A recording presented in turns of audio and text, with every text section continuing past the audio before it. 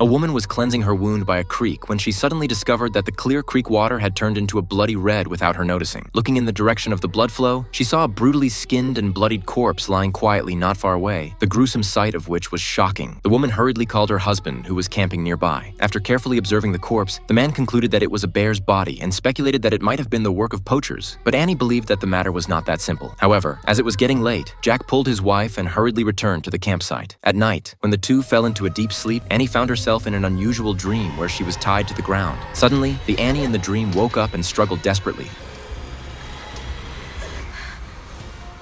She vaguely heard a noise outside. Looking at her sleeping husband, she did not wake him up and went out alone with a flashlight. Immediately afterward, a piercing scream suddenly rang out around her.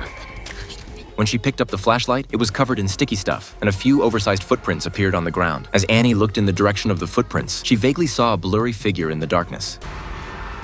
The next second, Jack appeared holding a roll of paper. Не слышала, как ты вышел. Что? Ты в это время спала? Когда я проснулась, ты был рядом. Что? Realizing something was wrong, the two hurriedly ran back to the campsite. The tent and all the supplies were damaged, with residual mucus left by the monster's destruction. Even their cell phones were deliberately smashed. Wherever the monster went, it left mucus behind. At this moment, the husband discovered a huge tooth. Hearing the noise getting closer and closer, the two quickly fled, not daring to rest until the sky was slightly bright. However, on their escape route, they once again saw the disgusting viscous substance. Then they witnessed an incredible scene.